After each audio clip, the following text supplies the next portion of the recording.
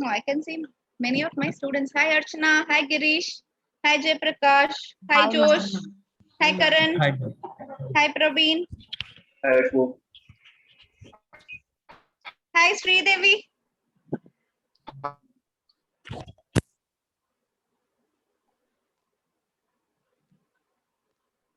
Hi, ma'am. Good morning. Hi, good morning. So great. So it's really awesome to meet you all via this Zoom platform. So today I'm going to give you a glimpse about IELTS. So we are going to look into various myths and misconceptions that is prevailing throughout our country. And we will also look into various strategies so that you can tackle. And I will also give you an overview about IELTS. So let's wait for 2 more minutes. Deepika, I think we can wait for 2 more minutes because few of them are still joining.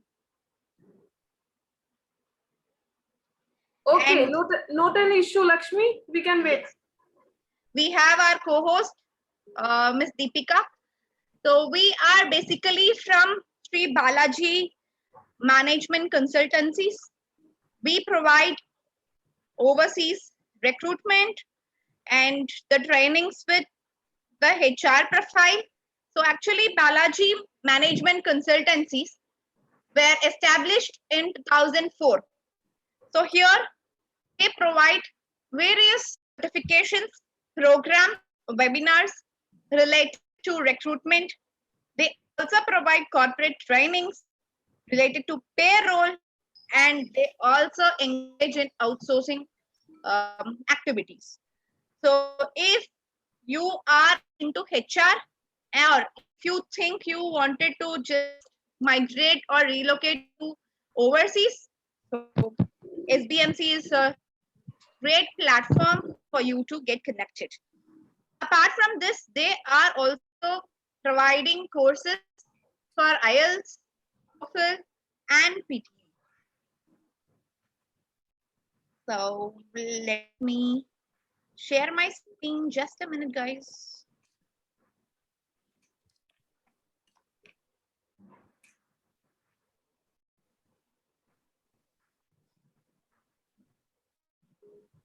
Just give me a minute.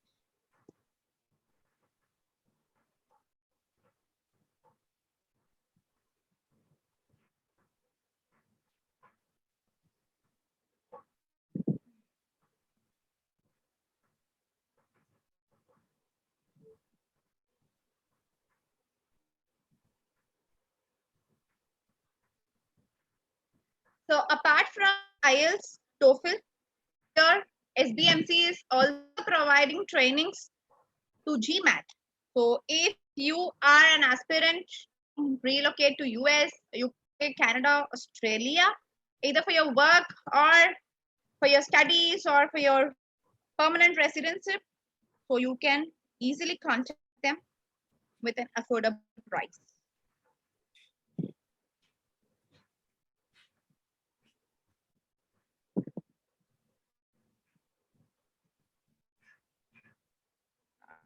I can see few more students joining. Just a minute.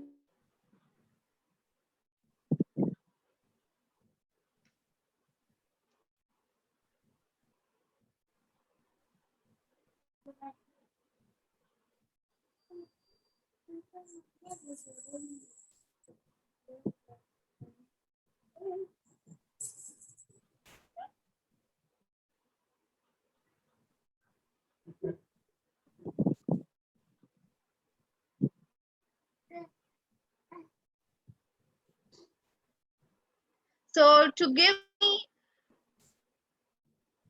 I'm sorry, just a minute, guys. Yeah, to give you a brief description and introduction about me. As you know, my name is Lakshmi. And I am from down south. I'm from Chennai. I am a CPHR and a certified IELTS trainer. Completed my diploma in IELTS training and PT. Since a decade, I'm into this profession I'm handling various students all over the globe. Majority of my students are from US, UK, Canada, Australia, Dubai, Muscat, Belgium, Singapore, Malaysia, and India. So I take honor to be the host here for today's meeting.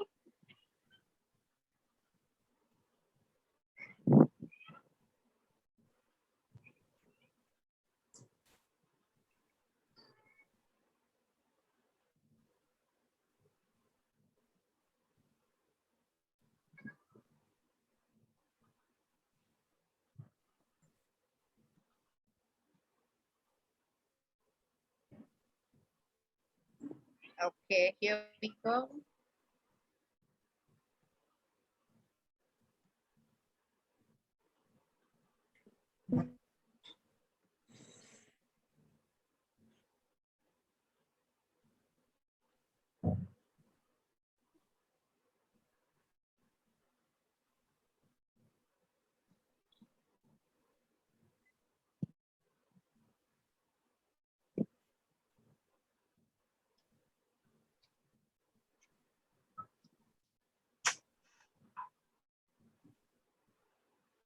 So here I will be providing you a glimpse about IELTS, how it has been operated, the latest updates and steps, tricks, how to crack your course, crack your IELTS in one attempt.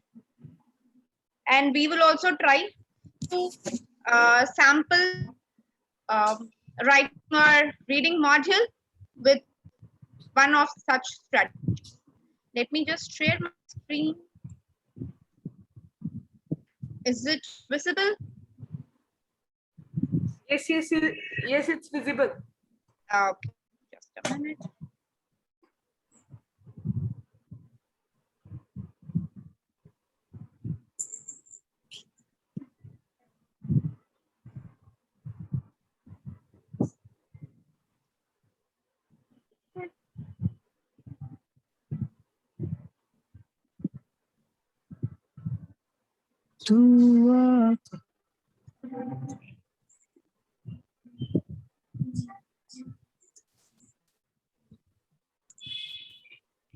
Yes. So let me first start with the overview. So IELTS is nothing but international language testing system here, which is being conducted globally.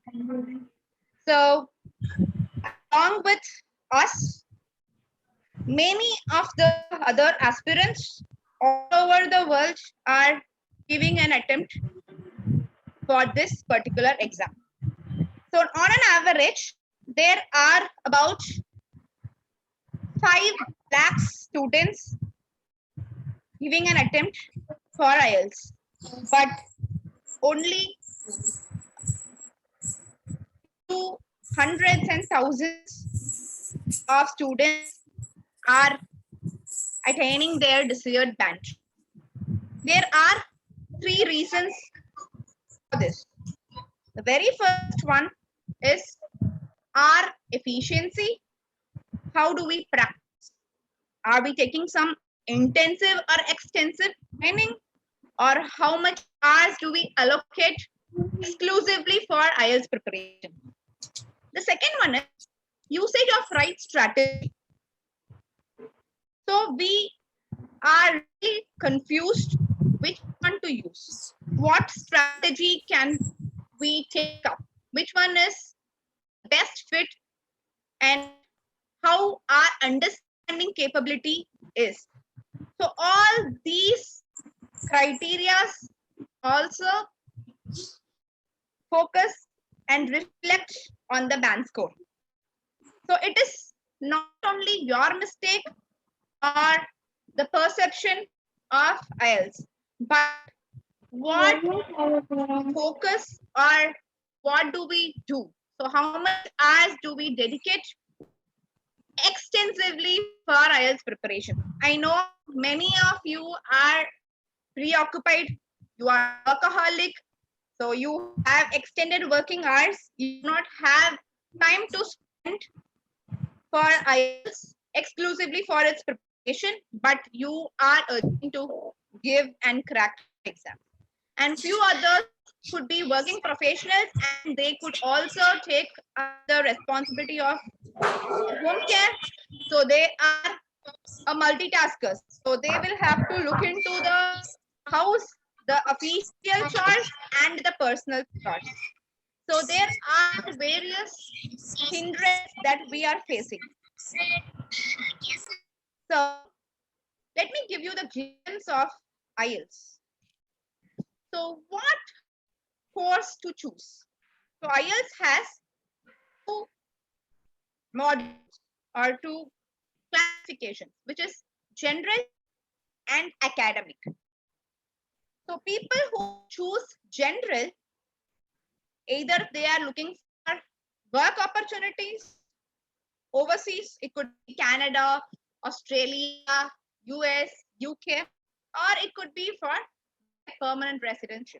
So this could mainly be for Canada and Australia, which is the trending one nowadays. The academic module. Academic module is for study. So if you are taking up a course, your post-graduation or a diploma course or a PG or a PhD. So if it is related to your academics, then you will have to choose academic module in IELTS. Now, IELTS has 3 or 4 classifications. So here you have 4 modules, which is reading, listening, and writing and speaking. But for that, which country accepts or requires IELTS and what is the band? So the top countries require IELTS is Canada, US, Australia, New Zealand, UK, and Ireland. So these are some of the top countries which are looking for IELTS. And the minimum requirement varies depending upon your preference.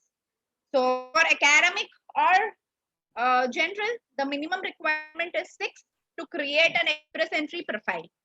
And for US, it could be 7. For Australia, again, it is 6. For New Zealand, 6. UK, 6. And Ireland, 6. For US, it is considerably higher. You know the reason.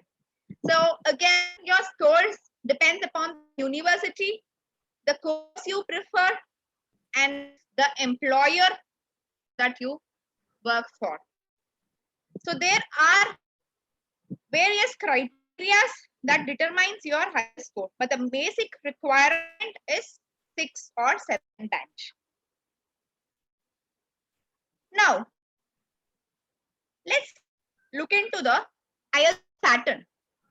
So here, if you see, IELTS has 4 classifications, as I told you previously, which is for academic and general.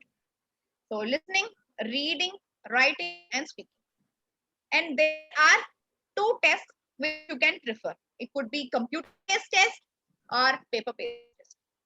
Now, majority of the students have a doubt on which test to prefer. Whether should I prefer a paper-based test or to go for a computer-based test?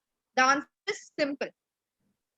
If you are a techie person, if you have a very good hold on computers, then please go for computer-based test. If you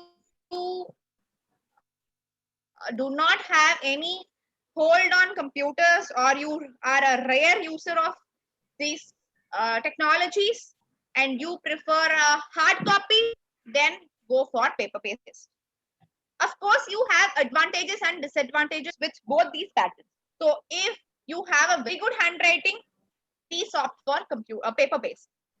If your handwriting is really worst, if it is a nightmare, then opt for CBT.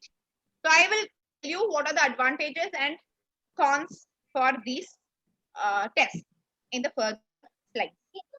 So here you have listening, reading, writing, and speaking. So for computer-based and paper-based, you will have listening, reading, writing on one day, and speaking will be on another day. It will be a separate day.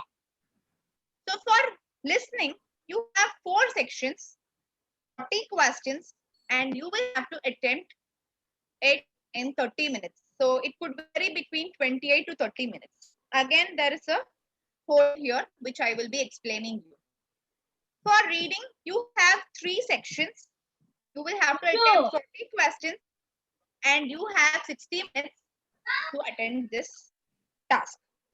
For writing, you have both task 1 and task 2. Task 1 is letter for general candidates and it could be a report for academic students.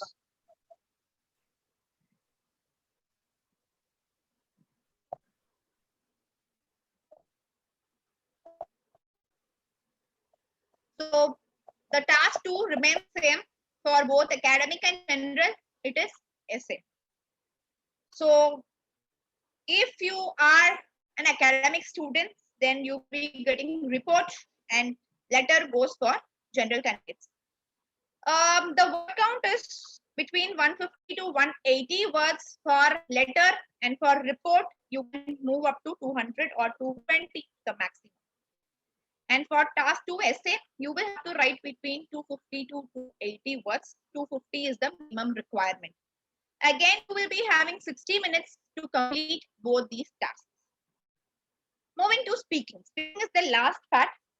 And here you have 3 tasks and you have 11 to 14 minutes to complete your task. And you will have a evaluator who will be listening, and you will have, he or she will also be responding to your answers so that it will be easy for them to analyze your posture, gestures, and the intonation. Now, reading. So to go into a brief description. So reading looks similar for academic and general.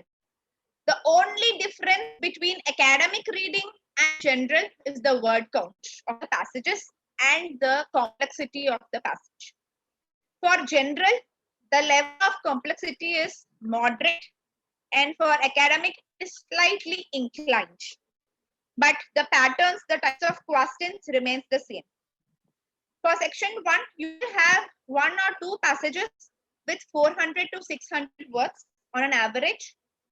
For general, it could be between 300 to 400 or somewhere between 300 to 500. Section 2, you either have 1 passage or 2 passages with 600 to 800 words. Again, it is an approximate count. Section 3, you have 1 technical passage with 1000 to 1200 words. This 1000 to 1200 words is for academic, and for general it will be between 800 to 1000 words. But the timing remains same, it will be 60 minutes. There are 3 types of questions. True, false, not given, or it can also be called as yes, no, not given. The second one is completion type. It again has subcategories.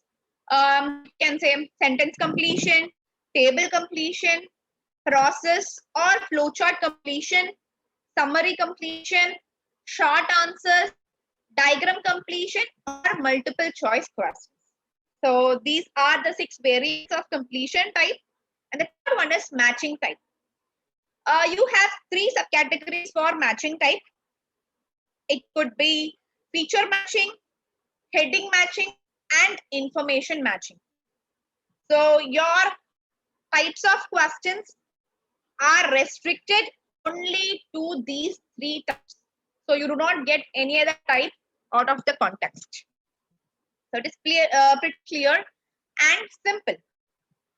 But you have various strategies to tackle each and every module, which will be discussed or taught when you opt the course. Here, majority of my students face a huge challenge in true false not given. So I will give you a quick, easy, recommended strategy to tackle true false not given at the end. Moving to the next type, which is listening. So as I told you, listening has 4 sections. This is the similar pattern for both academic and general students. So this remains same. There is no change in listening. So you have 40 questions, section 1, 2, 3, and 4. Section 1, you have 10 questions. Here it's a dialogue. So you have 2 people conversing on some issue. It could be a semi-formal conversation or an informal one. Each audio for these sections will vary between 4 to 7 minutes. So the audio will not take more than 7 minutes. So it is the maximum length of the audio is 7 minutes. Section 2, you have 10 questions again. It will be a dialogue or a monologue. Either 2 persons will be discussing on anything, or only 1 person will be explaining you about any concept. So the audio again ranges between 4 to 7 minutes. Here, the types of questions will be maps and diagrams. Section 3, you have 10 questions. It is a discussion round. So more than 3 individuals will be discussing on any issues or the code. It could be a technical one or it could be an educational subject. Section 4, again it's a 10 question, but it is a monologue. Only 1 person will be explaining about the technicality of modern history, or it could be based on socio-economic culture, fiction, science. It could be based on anything. So here, types of questions are completion type.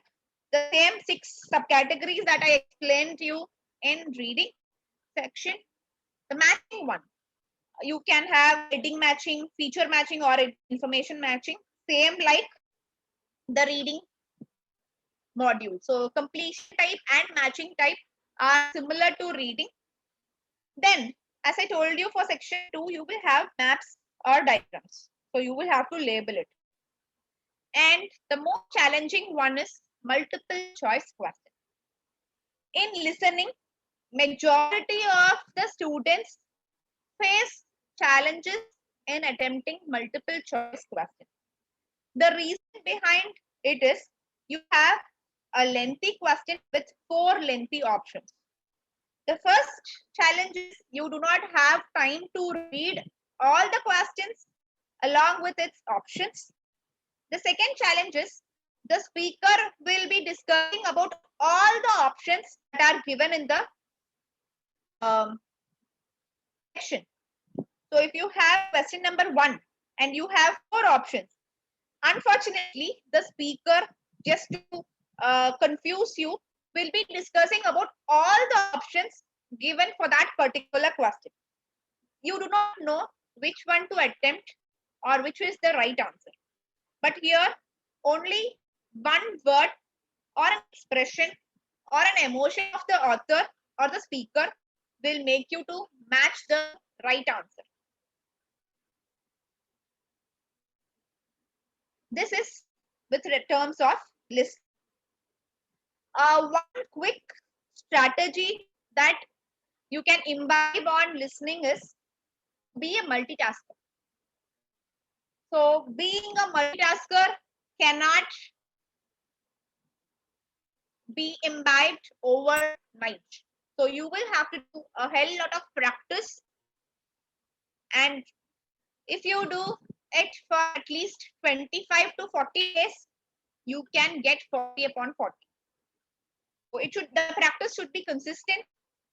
Being multitasker is nothing but your eyes, your ears, your hands should work simultaneously while you are attempting your listening module. So your eyes should read the questions, your ears should listen to the audio while your hands are taking notes. All these three steps should be done simultaneously, which is really challenging. Without practice, you cannot gain this talent or multitasking skill.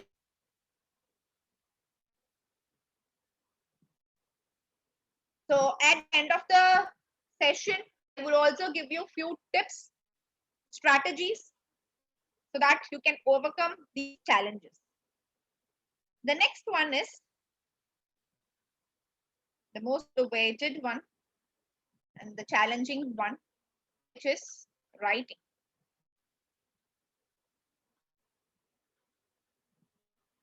So for writing, you have two tasks, as I mentioned earlier. You will have task 1 and task 2. Task 1 will be letter for general candidates and it is report for academic students, as I told you earlier. Task 2 is for essay. Essay remains the same for academic and general. Here, for report, you can extend up to 200 or 220 words to the maximum. For letter, you will have to write between 150 to 180 words. There are few types of letters and few types of reports that you can encounter in the examination. So there are three types of letters, and we all had learned these types of letters and report during our school days, but now we are forced to recollect and practice all these stuffs because we wanted to relocate or migrate to another country. So let me start with letter. You have three types of letters: formal, semi-formal, and informal, that you could experience in the IELTS task 1. So usually the formal letters are written to strangers or highest officials. For example, you are applying for a job, let's say for the post of manager. You are writing a letter to the HR. So the HR is actually a stranger for you. You do not know the HR previously. So this is the very first time that you are writing the letter. As this is fully a professional context, you will opt for a formal letter. Or you are writing to the CEO of a company or a managing director or a chairman. So you should consider this letter as a formal letter because you will have to respect that person. Even though you know them, you know the name of your MD, you know the name of your chairman. Even though you know them, they are highest in the hierarchy. That's the reason you will have to opt for formal letters. Next comes the semi-formal letter. Semi-formal letters are written to known persons and your colleagues. So known persons means you know them, but you are not too close. For example, you are writing a letter to your neighbor. So you know the neighbor, but you are not too close with him or her. If that is the situation, you will have to opt for a semi-formal letter. Or you are writing to the friend of your friend. So you have a friend who is a mutual friend of some other person, but you do not know that person directly. You know your friend, and your friend's friend is someone who you know, but you are not too close. So you cannot say, hey Jack, hey ma'am. No. So you should start with a semi-formal tone. because they are not too close with you. The third one is informal letter. Informal letters are written to your close circle. That is your first circle, relatives and friends. For example, I am writing a letter to my cousin, inviting him or her for the dinner. I can say, hey Uttara, hey Vignesh. Or I can also have my nickname. Hey Vicky, hey Uttu, hey Jack. So the tone of our entire letter will be so casual. So here, for informal letters, you do not have to include some professional or formal words. Here, it is completely a casual tone because you are writing to someone who is very close with you. You're writing to your friend, or you're writing to your uncle, you're writing to your mom. So your way of expression should be as casual as it. You are writing a letter to your colleague who is working along with you. So what type of letter is this? I want everyone to comment in the chat box.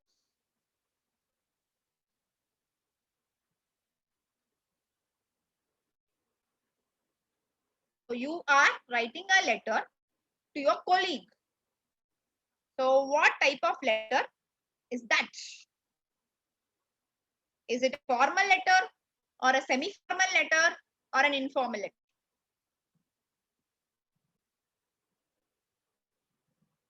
Okay, Karan is semi-formal. Lindsay, is that formal or semi-formal or informal? Okay, Valentina semi-formal, Ruchika semi-formal. Okay, Vignesh, Archana. You are writing a letter to the colleague who is working along with you. Okay, formal, semi-formal.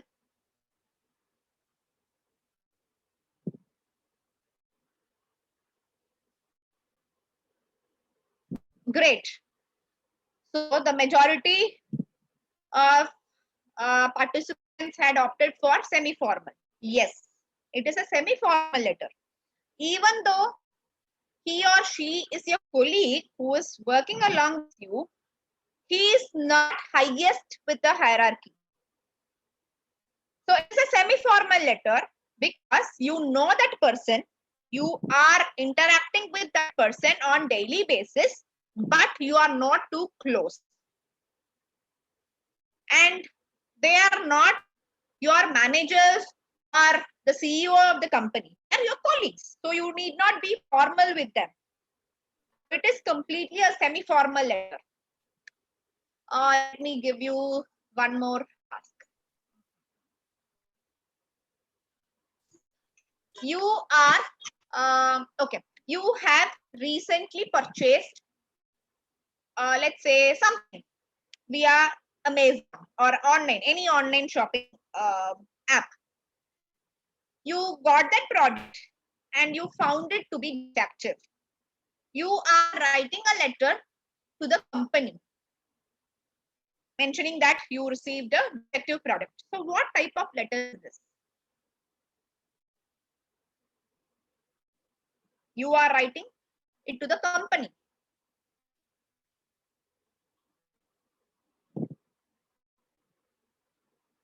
Okay, formal letter, formal.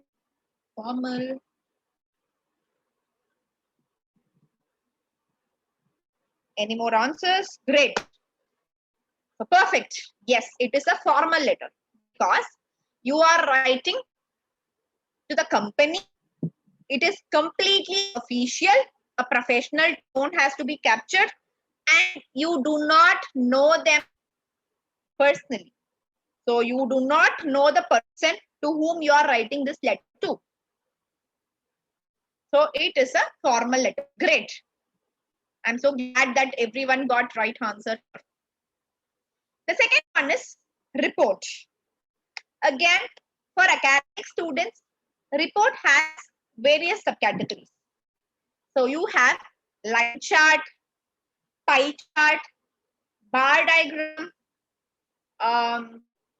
You can also have a map, flow chart, process.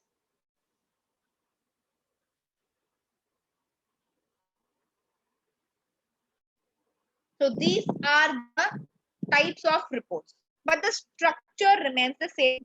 The tone remains the same. So here, unlike letter, you need not distinguish between what type of report is this or what question is this. You can easily view it from the diagram or the chart that is being given there. Great. Now, task 2. Task 2 is essay. So here you will have to write between 250 to 280 words. There are majorly two types of essays. One is opinion based and the next one is non-opinion based. Opinion based essays will ask for your opinion, for your view. What do you think? Your personal perspective, your assumption. The question will ease you to answer your view on the topic. So they say, for example, do you agree or disagree? Do you agree or disagree? So here the question completely asks for your opinion. So I can say I completely agree, or either I can say I agree, or I can say I disagree, or I can also say I partially agree or disagree. Or to what extent do you agree or disagree? So to what extent means, so I should say I completely agree, or I completely disagree, or I partially agree, or I partially disagree. So you can predict it when you read the entire question. So if the question asks for your view, then consider that as an opinion based essay. Next is non-opinion based. Non-opinion based has subcategories. Let's say advantages and disadvantages, problem and solution. Discuss both the view. So coming to advantages and disadvantages. So here they are not asking for your opinion or your view. They are giving you the question.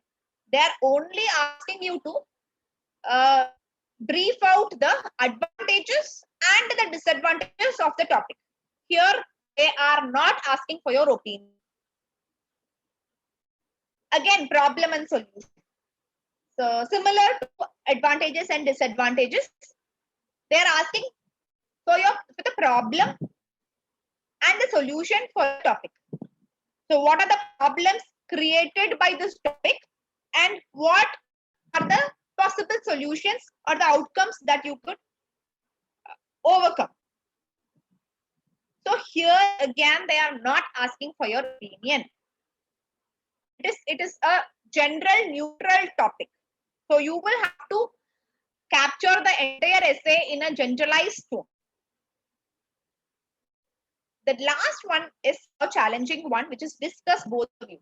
Here, there are two classifications of discuss both view type. It depends upon the question. So if the question says discuss both the view, then it is non-opinion based essay. If the question says discuss both the views and give your opinion, then it falls under opinion based. So here you will have to read the question, understand the meaning of the question, and then you will have to reciprocate. If the question is only discuss both the view, you will capture from the angle of non-opinion based. If the question is discuss both the view and give opinion, at the end you will have to give the opinion on either view. So again, various you will have to follow the strategies for this. Here, criteria to grade. This is the major crux of each and every one. We do not know how our writing tasks are being graded. There are many students who come back to me and weep, ma'am, I got only 6. I got only 6.5. However, my letter and essay was awesome. I had included a tremendous vocabulary. The complexity of the structures, the statements are awesome. So I diversified on the topic. But still, I do not know why I got 6 or 6.5. Why not 7? So here are the 4 criteria to grade. IELTS evaluators will correct your writing tasks based on these 4 criteria only. The first one is task response. Task response or task achievements. So this particular criteria mentions that you will have to answer specifically to all the parts of the question along with following the prescribed structure.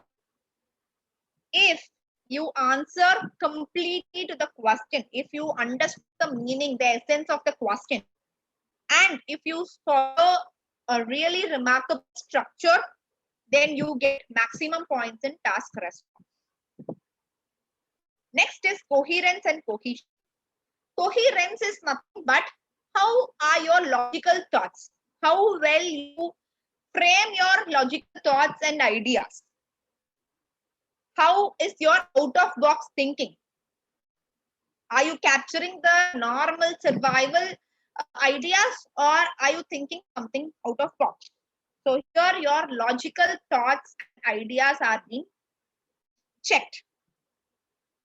Next is cohesion. Cohesion is continuity. So how well you continue between the paragraphs? How is the touch of the essay? Is that something the essay is being memorized, or is that capturing a natural flow, or is it really remarkable? The paragraphs continuity or the coherence between the paragraphs is related to the topic, or are you somewhere going away from the topic, or are you adding some additional information? These points are being captured in coherence and cohesion. Third one is lexical resource. Lexical resource is nothing but the vocabulary, the choice of words. I will have to stress here because many students commit one mistake. They capture wrong vocabulary in a wrong place. They want to capture something new or some complex vocabulary or a non-survival vocabulary, really a sophisticated vocabulary, but they forget or they do not know or they misunderstand the meaning of that word and they place it in a wrong area. So here your lexical resource goes off.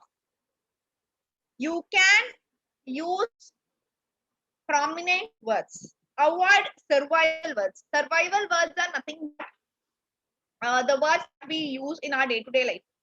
For example, I say, I go to the shopping mall tomorrow. I go to the shopping mall tomorrow. Here, go is really something survival. And the grammar is again a challenge. So tomorrow is future tense, go is present tense. So we do not know how to frame a complexity of words here. For example, I can say, I am planning to encounter the artistic beauty of the shopping mall, which has been recently opened in the city. So encounter, artistic view. So these are something that is away from your survival. So you will have to include a wide range of sophisticated vocabulary to get maximum points in lexical resource. I will also give few tips here at the end. Next is grammatical range and accuracy. This is self-explanatory. So you know you will have to use a wide range of grammar, sentence structure, a variety of complexity in your sentences, and the spellings, punctuations, everything will be counted here. So this is grammatical range and accuracy. Again, majority of the students commit one major mistake here. They consider that they are writing a complex sentence and they land up somewhere else. They do not know whether this sentence is a complex sentence or it has some grammatical errors. One student, for example, is planning to write a complex sentence, but he do not know how to frame a complex sentence. He's with that stress in the examination nervousness, he frames a sentence and he completes it. While evaluating it, the evaluators will check not only the complexity, the grammar. If the grammar is entirely wrong in that structure, so there is no marks given to how well you use a complex structure, because the entire sentence is wrong. It's grammatically wrong. So I myself is a certified IELTS trainer. So being a CPHR, being a HR professional is a different stream, and teaching is my passion. That's why I'm so sure on all these criteria. So I have more than a decade's experience here. The major mistake is that you are not understanding what is the criteria to grade. You are not practicing the letters or essays or the reports according to these criteria, these 4 criteria. Whenever you practice any writing task, ensure that these 4 criteria are satisfied. Then go ahead. Analyze yourself, self-evaluate. Of course, for writing and speaking, you want external evaluator. But if in the worst case scenario, you are practicing on your own, please do consider all these 4 tasks that the evaluator, that the IELTS evaluator will consider while grading you. The next one is speaking. Again, this is a challenge. Speaking has 3 parts. The first part is the basic introduction. You will have 10 to 12 questions on your introduction. So it will start from name, your professional background, your personal background, your likes and dislikes, your favorites, your hobbies, your typical day. So these are something that are being covered in your basic introduction. It is a Q&A round for your information. Part 2 is a cue card. Cue card is nothing but you will be given one topic. You will also be given 1 minute to prepare for the topic, and you will have to speak for 2 continuous minutes. So for cue card, you will have only 1 question. And the advantage here is you will get 1 minute to prepare. However, for part 1 and part 3, you do not have any timing to prepare. It is a question Q&A round. So the question will be prompt and you have to immediately answer without a second thought.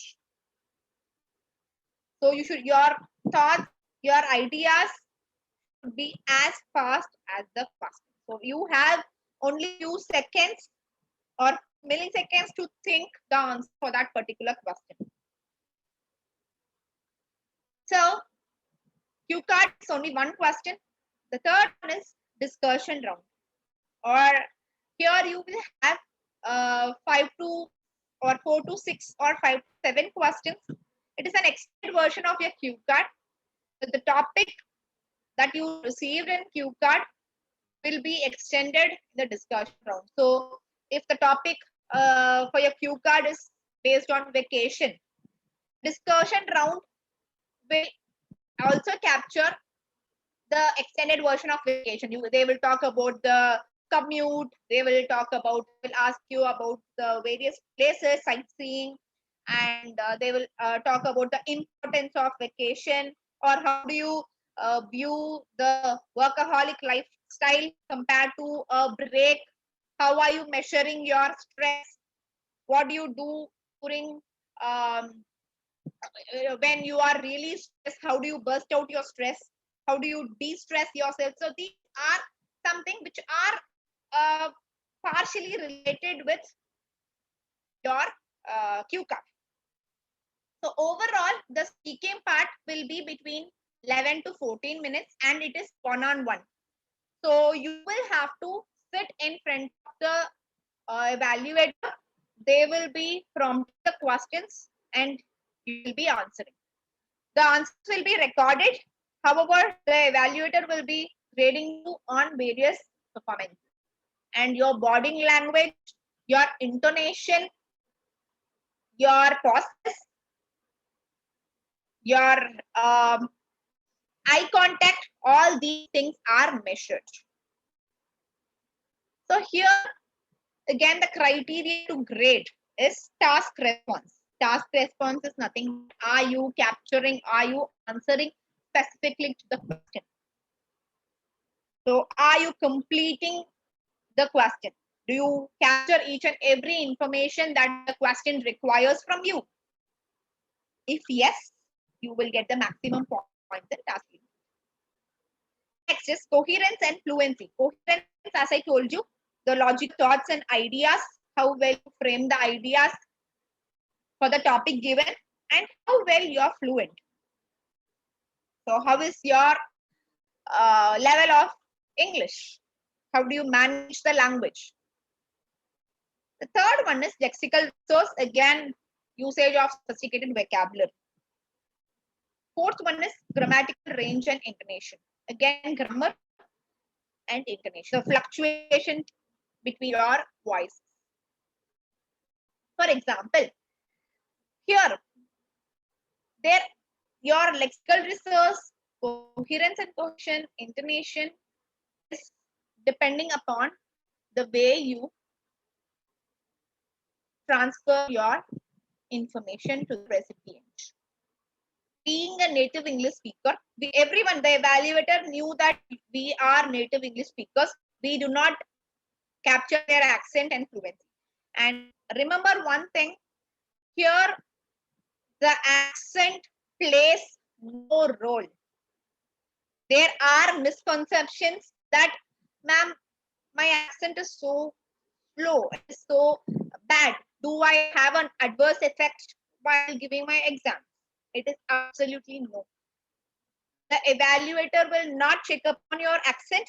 However, your thoughts, your ideas, your vocabulary, the intonation, grammar, these things will be checked. What is intonation? Let me give you an example here. If I say, hi all, welcome to the classes. Now I'm going to conduct a IELTS speaking class. So if I talk in the same tone without any ups and downs, the listener cannot grasp the meaning out of it. The importance, the stress of the words. So if I say, welcome all, today we are going to look into the importance of speaking. So here I'm stressing each and every word, importance of speaking. So I am giving focus on each and every word that I wanted you to focus upon. So you can also imagine that, okay, today we are going to talk about or hear about the importance of speaking. This is what intonation, the stress on the keyword. This acts as a positive influencer while the grading. Again, lexical resource. So vocabulary. There are, as I exemplified in the previous slide, there are differences between survival and complexity, the sophisticated vocabulary. There are huge differences. For example, they ask about vacation. So I say, last year I went to Andaman. Last year I went to Andaman with my family. Um, um, so last year I went to Andaman was already told.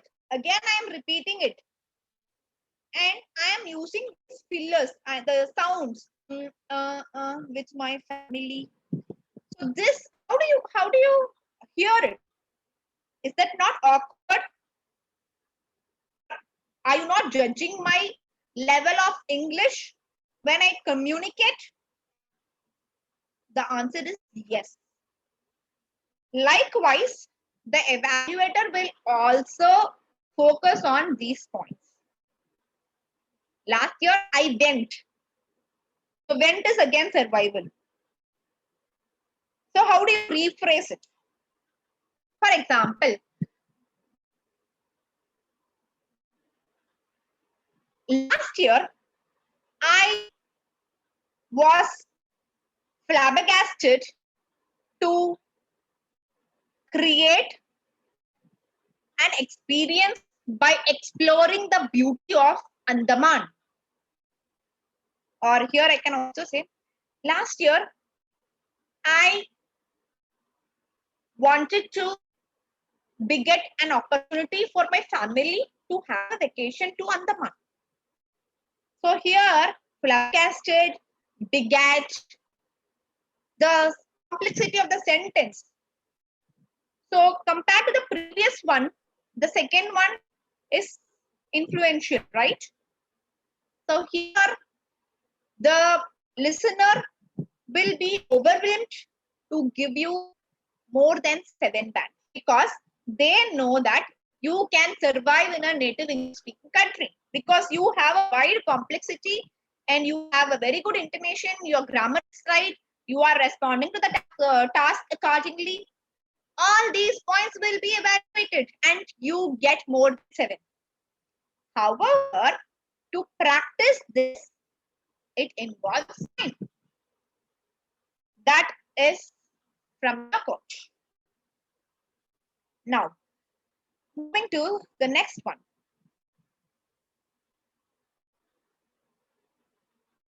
Now, these are the 4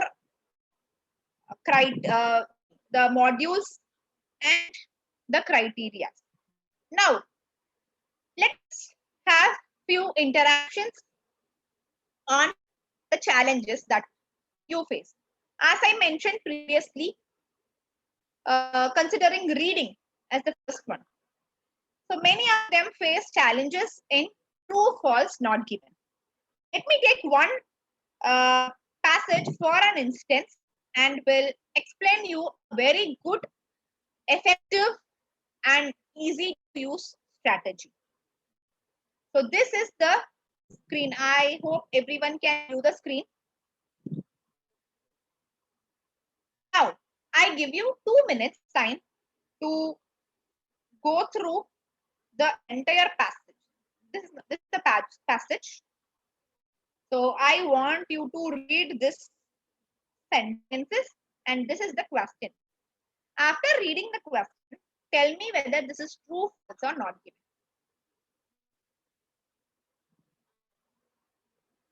So this is the question.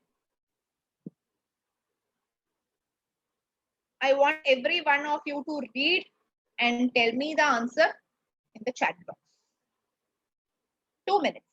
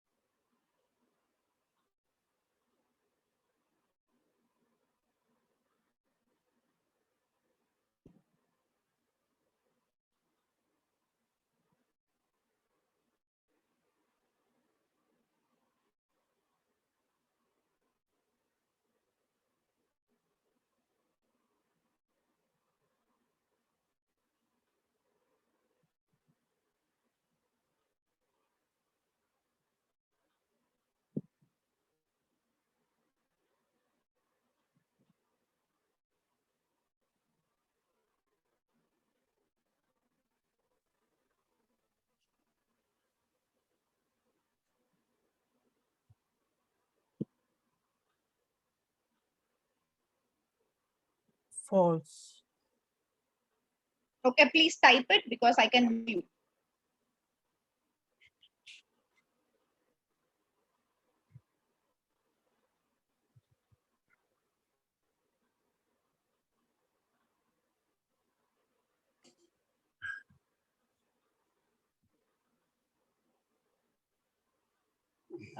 Okay.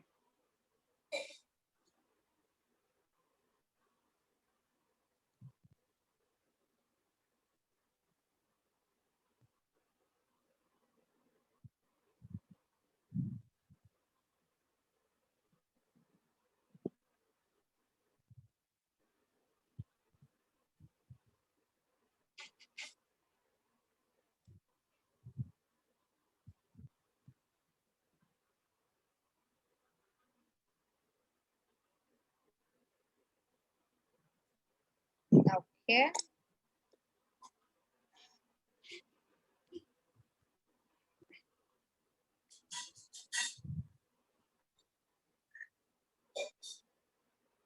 Yes, this is false. Very good. So one easy strategy that you can make is the tick strategy. So Police fund notes, it is available here in the passage. First, yes, it is available. You have Australia, yes. But is this the only note?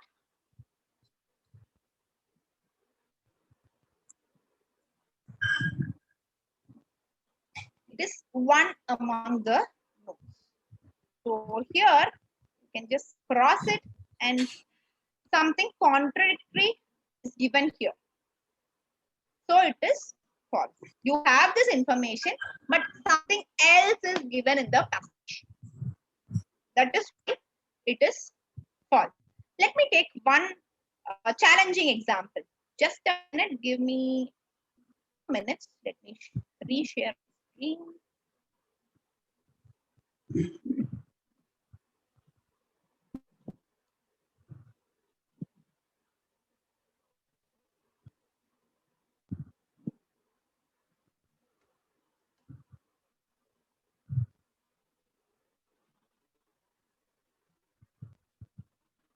Good. So here you got majority of you got it right, but let me focus on this one.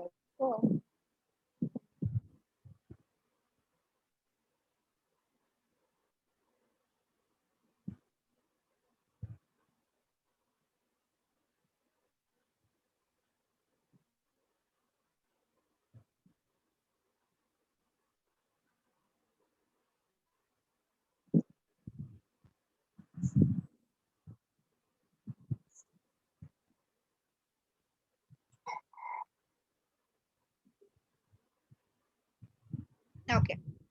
So read this paragraph and tell me whether it is true, false, or not given. So this is the question.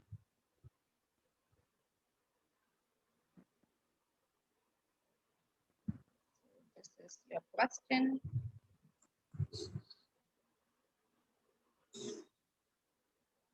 I want all my students to remain calm.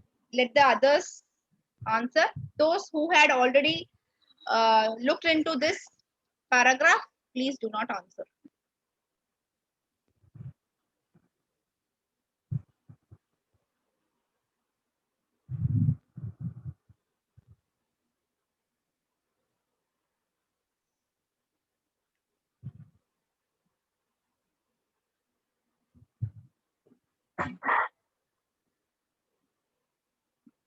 Last 1 minute.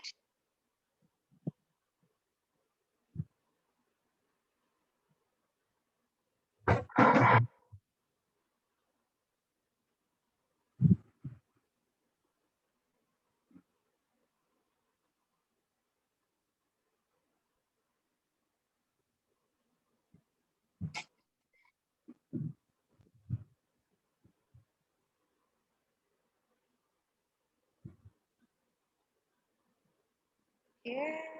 Gitanjali. It is not given. Okay.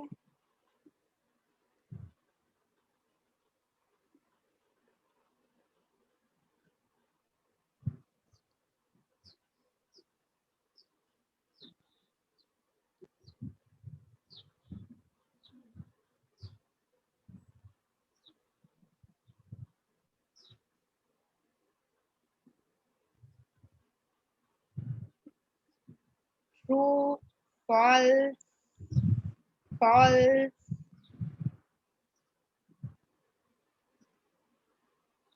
true, false, true.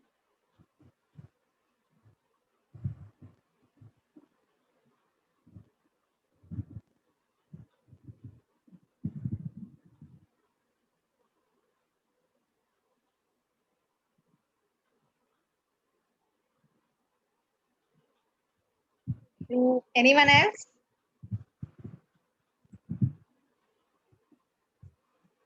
Now, before revealing the answer, let me teach you the strategy.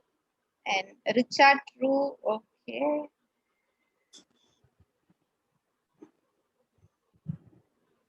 Okay. So the easiest strategy to tackle true, false, not given is the tick strategy. Now, you will always go from passage to the question and not from question to the passage. Many of the students commit this mistake. They take the information from the question, they search it to the passage, and they end up in marking the wrong answer. The easiest and the most recommended way is to take the information from the passage and go to the question. Now, do you have Australian Institute of Family Studies in the passage? Yes, it is in the very first line. Let me tick it. Commenced its research. So while taking the information, you will not only take the direct meaning, direct words, you will also take the meaning, the paraphrased version, the rephrased version, the synonyms, because we are giving our IELTS. So you will have to remember that because the complexity is more inclined. You cannot have direct words every time. So you will always check upon the meaning, what that sentence or the passage delivers, the synonyms, the paraphrase and rephrase version. So commenced its research. So began researching. So began researching and commenced its research are paraphrased version. So it delivers the same meaning. So I am picking it. Australian families, yes, you have Australian families in the passage. In the early 19th century. So here it is given as 1900. What it is given in the passage? It is given as 1900. Now tell me whether 1900 and 19th century are the same. I want everyone to use the chat box. Is 1900 and early 19th century same? The students who marked it as true and who marked it as not given and false as well. So 19th century and 1900 is not given. Good. Gitanjali, I know we had it in the class last week. Okay, good. Others? So now we are in which century?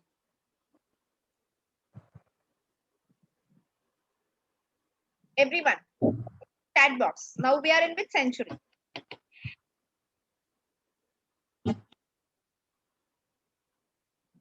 '21st century. Great, Vignesh. Yes. Now we are in 21st century and it is between 2000 to 2099. For 20th century, it is between 1900 to 1999.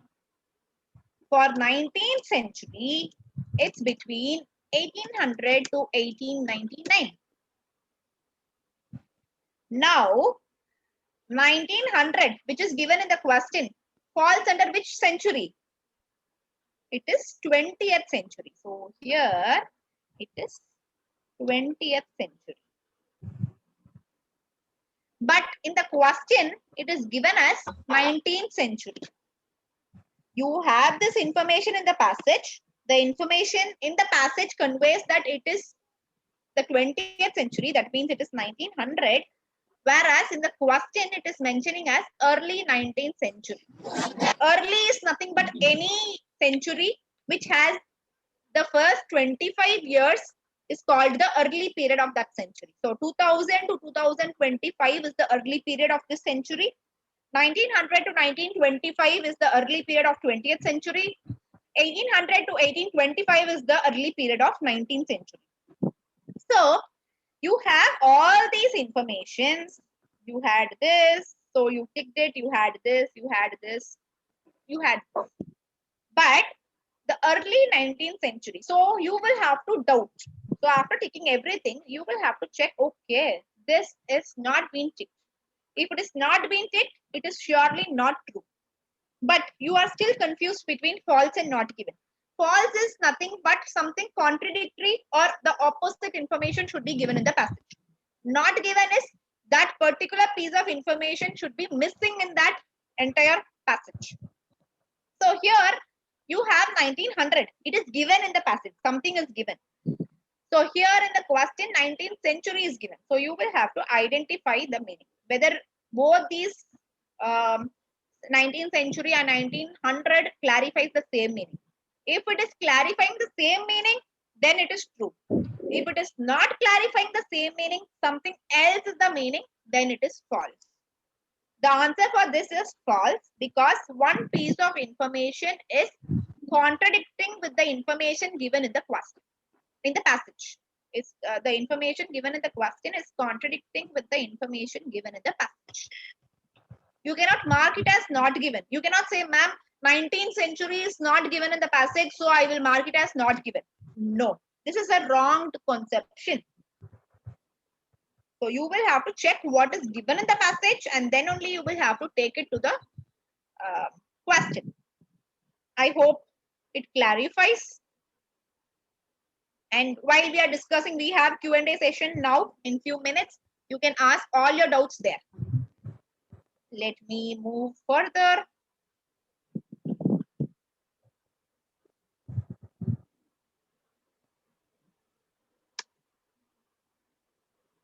Now, moving to writing.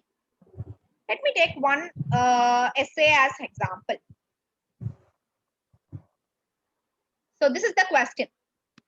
Prison is the only truly effective form of punishment because it separates criminals from society. To what extent do you support this view? What type of essay is this? I want you to use the comment box, the chat one. What essay is this? Is this an opinion based essay or a non-opinion based?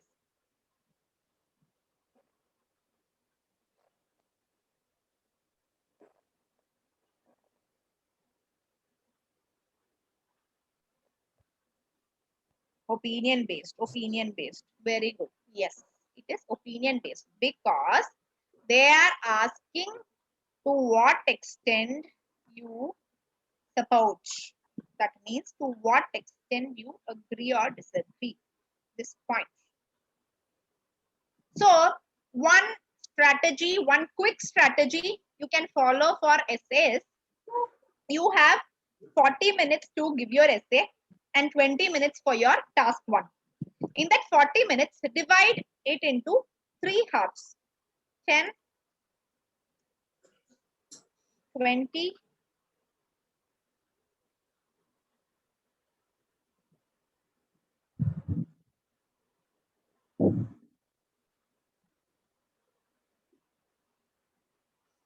10, 20, and again 10. Or here you can also take, if you are really slow in writing, then you can take 25. 5. So 40 minutes should be divided into 10, 20 or 25 minutes, 5 or 10 minutes. The first 10 minutes, you will have to plan your ideas because your idea should be out of box. It should not be the usual one because it will be boring for the evaluators to read again and again. So plan, think about all the perspective of the topic, get the essence of it in the very first 10 minutes. The next 20 to 25 minutes, frame your essay.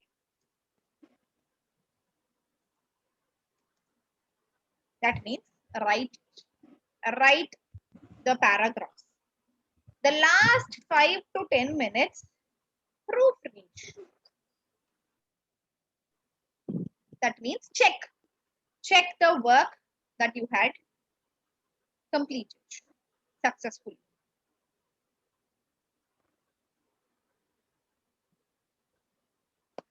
So effective usage of this planning strategy, that means the timing, will eventually land up in getting more than 7 band because you are taking 10 whole minutes to plan and you are using sufficient time to write your essay, and the last 5 to 10 minutes you are checking, because if you make some grammatical errors, if you make some spelling errors, you can eventually correct it.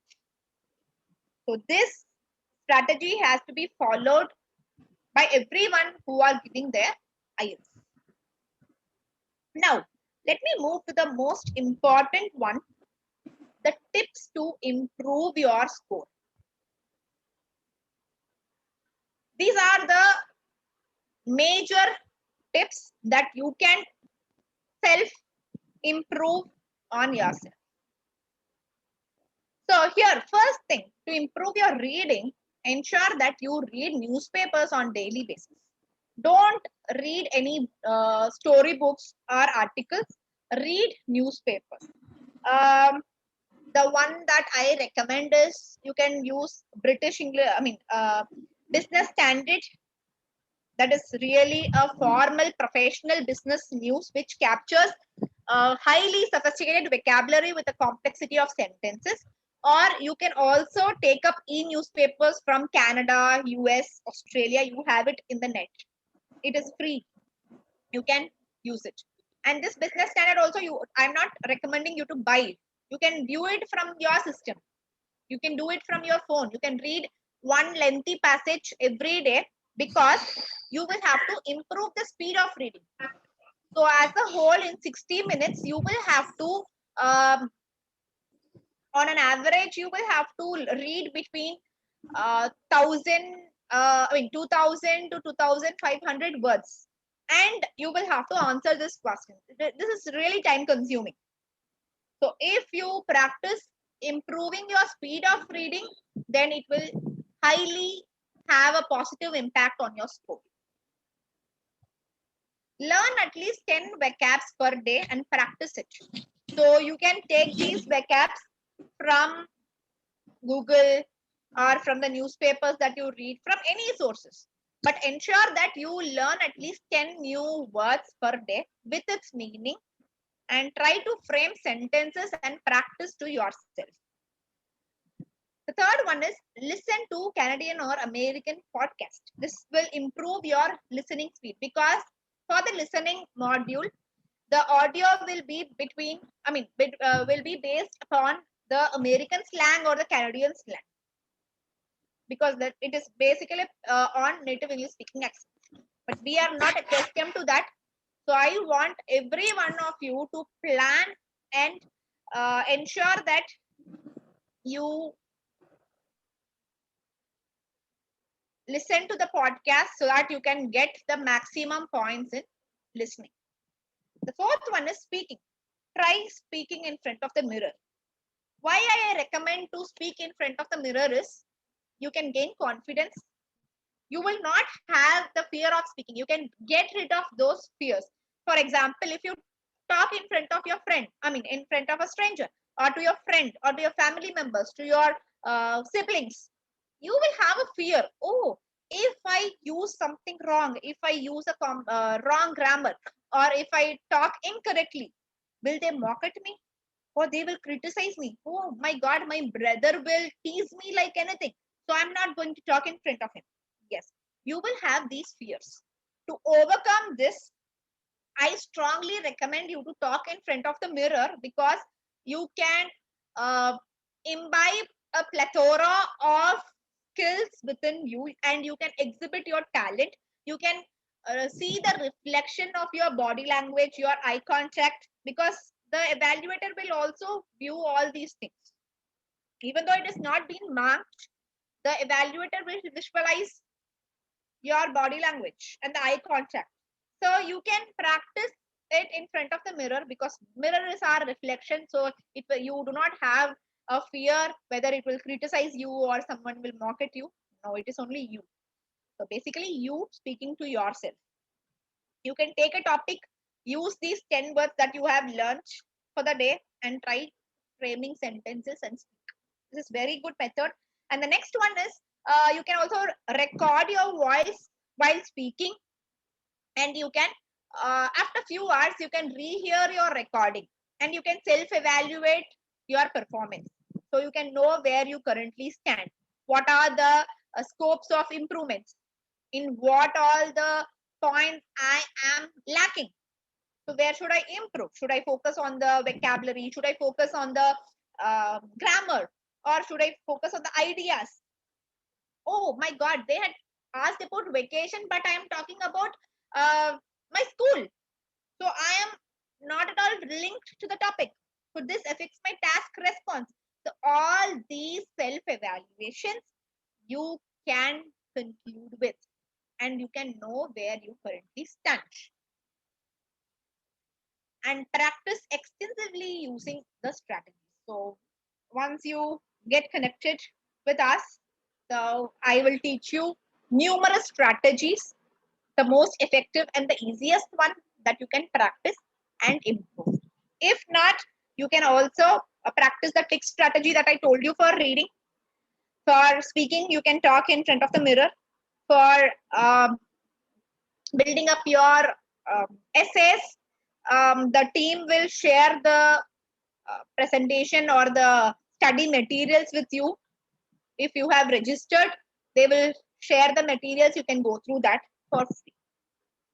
If you still have some doubts, or if you wanted to improve, your exams are really approaching, then you can contact the team. We are always there to help you out. Now, we are at our end. But before concluding something, I wanted to share something important, a recent update. Many of us, I do not know who have given the exams previously or not, but when I gave my exam, I had given my exams twice. One is in the year 2014 when I was appearing for the certificate to become an IELTS evaluator. So actually, I wanted to move to Canada to pursue my higher studies. Being a single child from an Orthodox family, my father hesitated to leave me alone.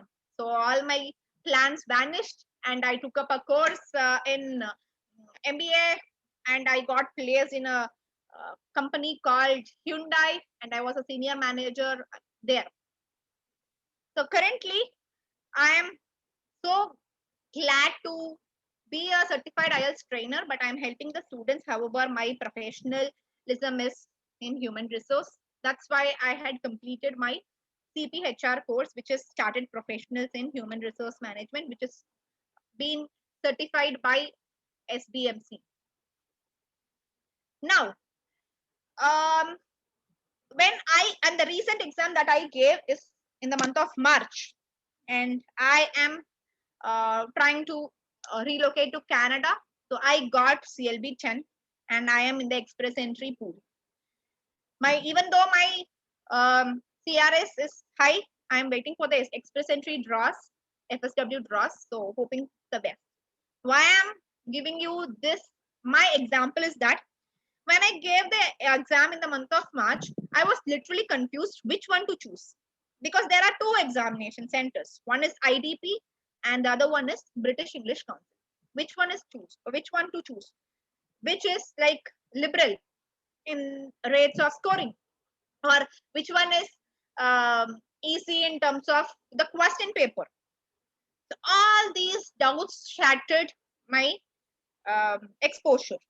However, now British English Council will no longer conduct IELTS examinations, and it is only IDP. So it is monopoly now. You need not choose among them.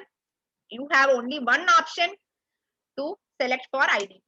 From July 25th, British English Council will not give entertain IELTS examination, because IDP has purchased it. And if you have booked for your exams with British English Council till 10th, the last exam that will be conducted by British English Council will be on 10th July. That will be the very last exam. For the participants who have applied or chosen the dates after 10th, you will be automatically redirected to IDP, and you will get a mail confirmation before 1 week of your actual exams. So this is the latest news on IDP and British English Council. Now, here we are open to the questions. So you can use the chat box if you have any questions, or you can unmute yourself and you can raise your questions. I am here to answer your queries. You can unmute yourself and you can ask. Can you repeat the newspaper? Yes, it is British. It is Business Standard from India, which is highly professional. Or you can take the e-newspapers of Canada or US. Canadian news is also effective. But if you are restricting yourself to India, then Business Standard is really awesome.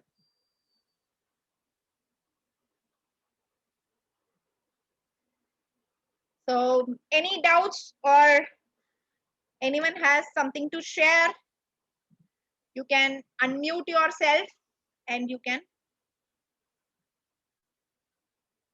speak.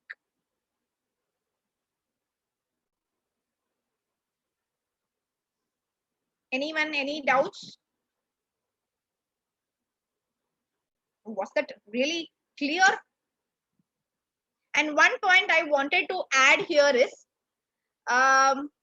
the advantages and disadvantages of paper-based and computer-based test. So the advantage of paper-based test is you get 10 extra minutes to transfer your answers to the answer sheet with respect to the listening module.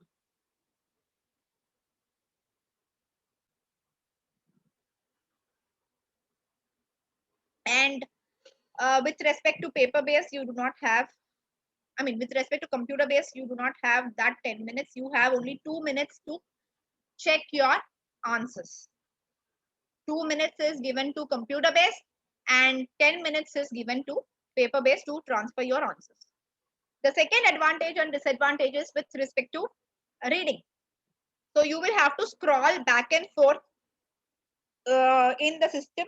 Whereas if you have the hard copy, you can just do all sorts of marking in pencil and you can highlight it. However, you can highlight using the highlighter in computer, but you will have to go back and forth for the answers and the passage. For this is for reading. For listening, writing, computer based is more advantageous because you can easily type it and your word count is being reflected on the screen. Whereas for the paper based, you will have to manually write it. You will have to check your, improve your handwriting, and you will also count the words manually, which takes at least 2 to 3 minutes of your time. For speaking, it is more or less same. It is similar. So you will have to face the evaluator and speak. So these are the advantages and cons for the difference between computer based and paper based. So any doubts? Anyone?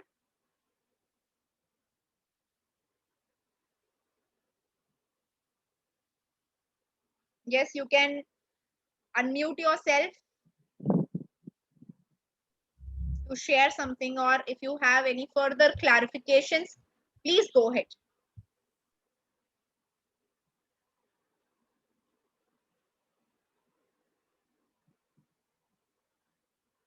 So I hope it was clear. I'm so glad that none of you had any doubts. Yeah. Hi, Lakshmi. This is Utra.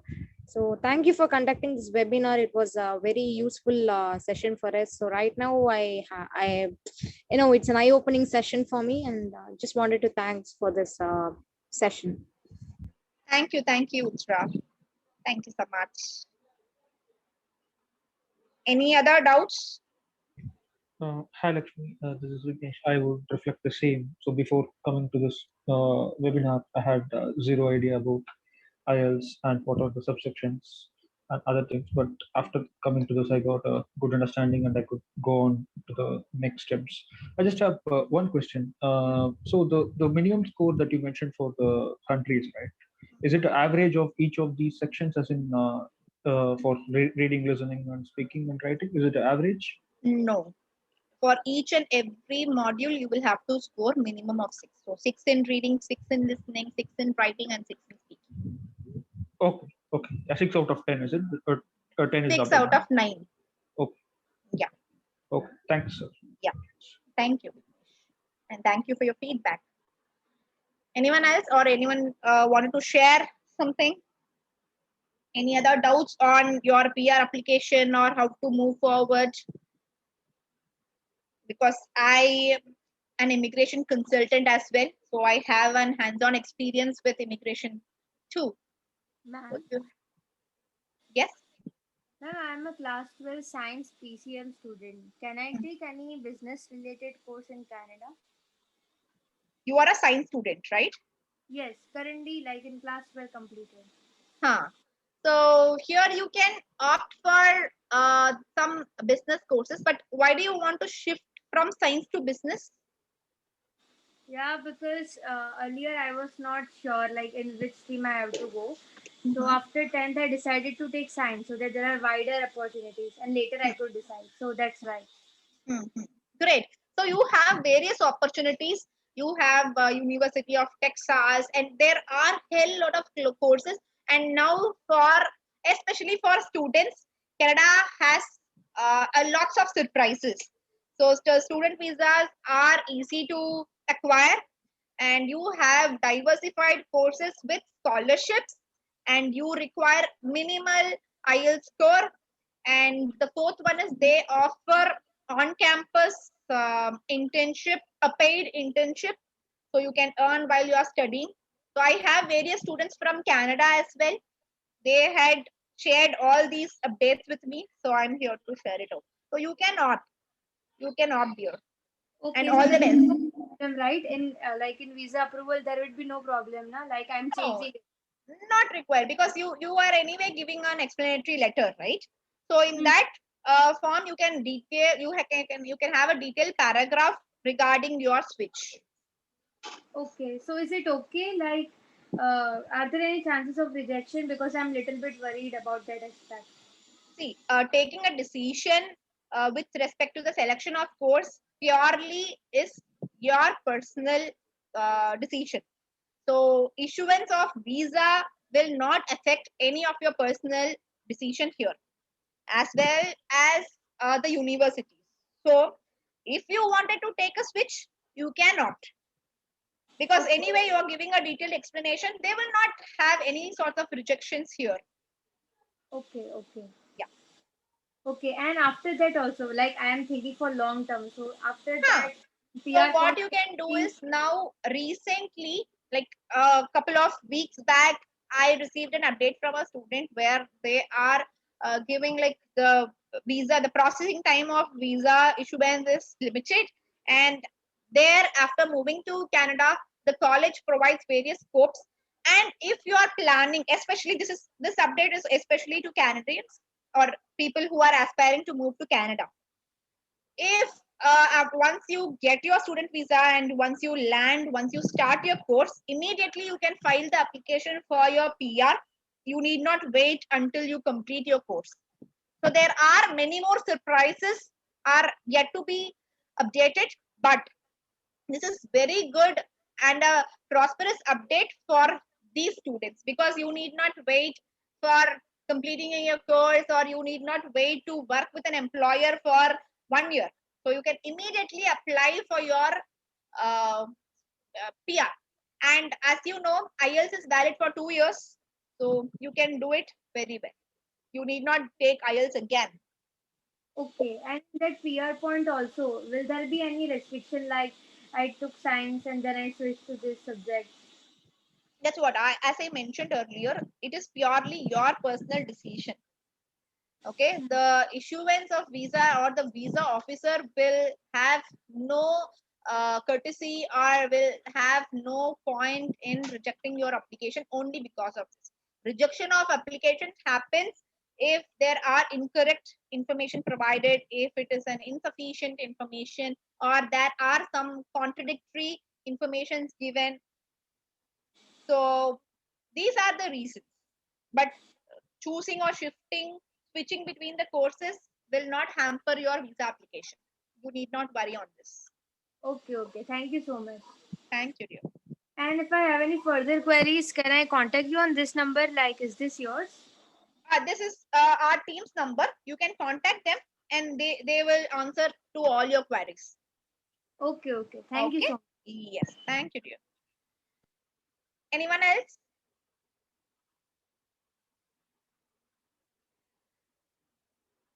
Deepika, do you want to add something here? No, Lakshmi, it's fine. Great. So, okay, guys, thank you so much for attending this webinar. I hope you would have got some glimpse and insight on IELTS and the visa processes. So, let me know if you have any clarifications. I would be free to help you out. So, you can reach SBMC if you wish to join for the classes, and they are there to help you out. So, enjoy your Sunday. Bye. Take care. Stay safe. Let us be safe along with our community. So I wish everyone for their successful future and prosperous. Thank you. Thank you so Bye. much. Bye. Thank you. Thank you, Vijayalakshmi. Thank you. Thank you. Thank you. Bye.